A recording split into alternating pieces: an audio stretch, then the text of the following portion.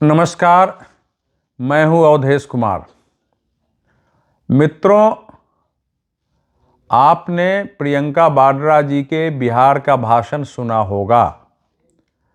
राहुल गांधी जी का भाषण, उनके दिल्ली में प्रेस कॉन्फ्रेंस जिसमें उन्होंने हरियाणा में वोट चोरी का आरोप लगाया, सुना होगा। हम और आप या कोई इसको टाल सकते हैं कि अरे राहुल गांधी तो वोट चोरी कहते रही है, वोट चोरी तो है नहीं।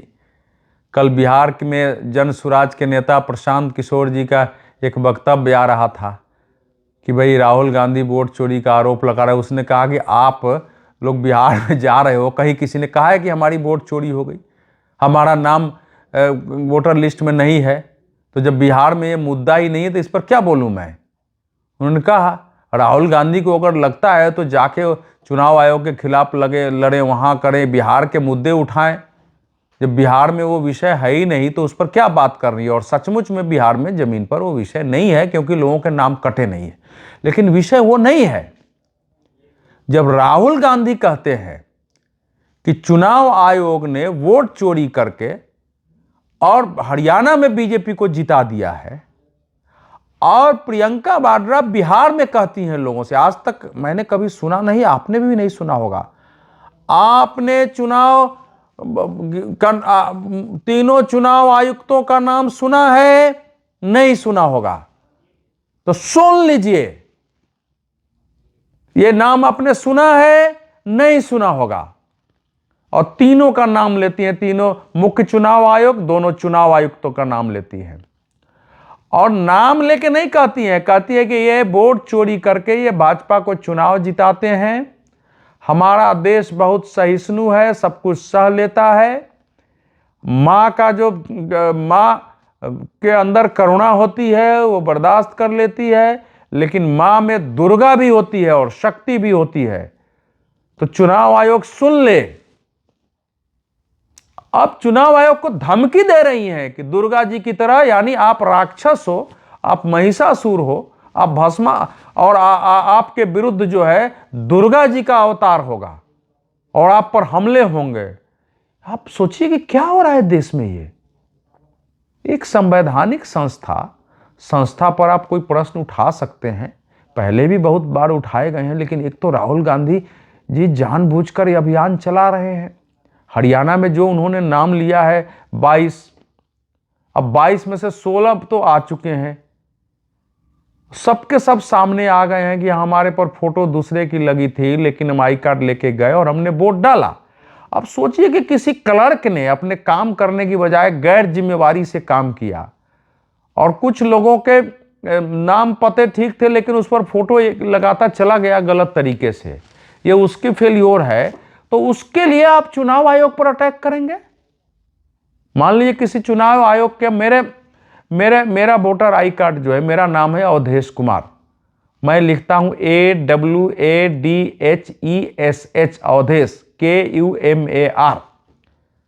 तो हिंदी में तो अवधेश वैसा ही लिखा गया है, लेकिन अंग्रेजी में जो मेरा वोटर आई कार्ड है उस पर लिखा हुआ है AVDHESH KUMAR, अवधेश कुमार।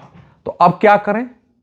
ये क्या मुख्य चुनाव आयोग ने बैठ के कहा है कि इनका नाम गलत लिख दो। अब राहुल गांधी देखेंगे कि देखो इसका नाम ये है, ये फेक वोटर हो सकता है। जिस घर पर उन्होंने कहा कि 65 या 66 वोटर है, जब वहां रिपोर्टर सब पहुंचे, कैमरे पहुंचा, उस घर को देखा कि इतना बड़ा घर है, तो उस घर के सदस्य ने कहा कि राहुल गांधी ने कम बोला है, हमारे इस घर पर 122 वोटर हैं, उन्होंने आधा ही बोला है। क्योंकि आप देखो कितना बड़ा घर है ये, इसमें कितने हमारे पूरे परिवार रहते हैं, तो हमारा फेक हो गया। जहां लिखते हैं कि उसका एड्रेस शून्य, बहुत जगह शून्य एड्रेस होता है, जहां नंबर नहीं होता है वहां कोई भी जो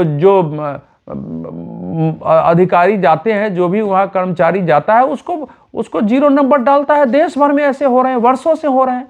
लेकिन उसके बाद जो प्रियंका वाड्रा ने कहा है, मैं इसलिए ये खतरनाक है कि जैसे ही ये दोनों भाई बहन किसी भी अधिकारी का नाम लेते हैं, इनके समर्थक कुछ उसका जीना हराम कर देते हैं, उसकी शामत आ जाती है। पिछली बार आपने देखा था राहुल गांधी के कहने के बाद आगरा में मुख्य चुनाव आयुक्त ज्ञानेश कुमार का घर है, उसके घर पर पत्थरबाजी हुई, नारे लगे, पुलिस को आना पड़ा।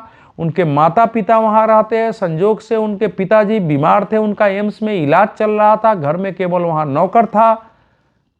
उनकी बेटी यहां नोएडा में कलेक्टर है, उसको समस्या पैदा हो गई और सबके पहचान उजागर कर दिए कि ये इनकी बेटी है, ये इनका दामाद है, ये इनका भाई है, ये दूसरा बेटी है, ये दूसरा बेटा है।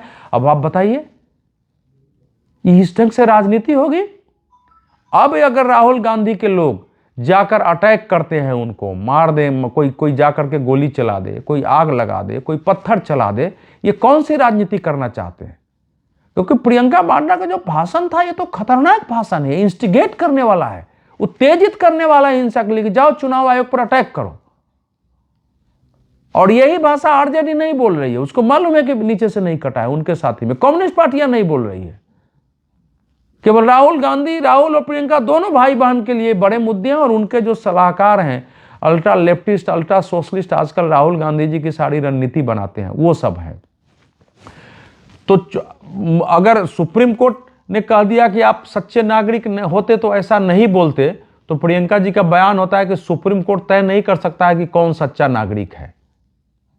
और वही सुप्रीम कोर्ट अगर कुछ सरकार पर बोल दे तो उसको उठाते हैं। कल लोगों तो सुप्रीम कोर्ट ने इसका उत्तर नहीं दिया। अगर सुप्रीम कोर्ट ने, आप सोचिए जिस ढंग से ये दोनों भाई बहन और इनके नेतृत्व में कांग्रेस पार्टी आगे बढ़ रही है, अगर किसी कोर्ट ने कल कहा तो ये कोर्ट के बारे में भी ऐसे ही बोलेंगे और उनका भी नाम लेंगे, पता करेंगे कि ये जज जो है इनके परिवार कहाँ है, ये जज के पिताजी क्या थे। मान लीजिए किसी के पिताजी और किसी विपक्ष के पार्टी में रहे हो, उसकी माताजी रही हो कोई, उनके खानदान में, तो उससे जोड़ के निकाल देंगे और उस पर हमले करवाएंगे। ये तो हिंसक अराजकता पैदा करने वाला परिवार होता जा रहा है। यह बहुत अत्यंत खतरनाक है। राहुल गांधी जी लोकसभा में विपक्ष के नेता हैं। प्रियंका वाड्रा जी उनकी बहन है, कांग्रेस के प्रथम परिवार से आती हैं वो। क्या इनको अपने दायित्व का एहसास नहीं है, या आप चुनाव हारने से इतने फ्रस्ट्रेटेड हो गए हैं? और उनके इर्द गिर्द के लोग हैं, ऐसे लोग हैं जो चाहते हैं कि देश में ऐसे संस्थाओं पर हमले हो, मारपीट किया जाए, दबाव बढ़े कि हमारे ही पक्ष में काम कर दे। क्या ऐसा तो नहीं चाहते हैं ये? या फिर ऐसी स्थिति पैदा हो जाए कि देश में आग लग जाए, देश में हिंसा शुरू हो जाए? क्योंकि वो बोलते भी हैं कि जेएनजी और युवा वर्ग संभाल लेगा। जेएनजी आजकल अजब शब्द हो गया है, नेपाल से इतनी तेजी से बढ़ा है कि पहले बांग्लादेश में उतना नहीं बढ़ा था ये, क्योंकि बांग्लादेश का जो जेएनजी था वो जेन जे हो गया है। जे मतलब जिहादी।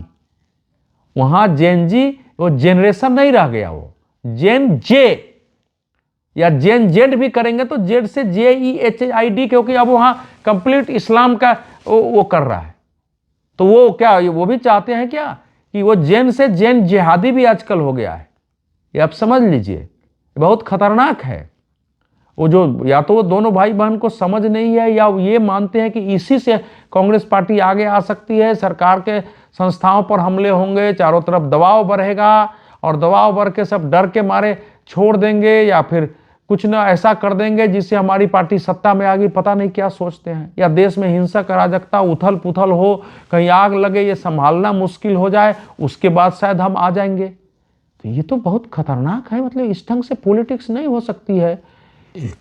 या तो एक कुछ लोग ऐसा बता रहे हैं और मैं भी सोच रहा हूं कि ऐसा तो नहीं है कि चूंकि अब कांग्रेस में प्रश्न उठ सकता है कि राहुल गांधी के कहने से हम चुनाव नहीं जीत रहे हैं रहने से, तो कहीं अपने बचाव के लिए कि हम तो चुनाव जीत सकते हैं लेकिन चुनाव आयोग हरा दे रहा है, कहीं इसके लिए तो नहीं कर रहे हैं। लेकिन इसके लिए भी अगर वो कर रहे हैं तो ये तरीका देश के लिए चिंताजनक है।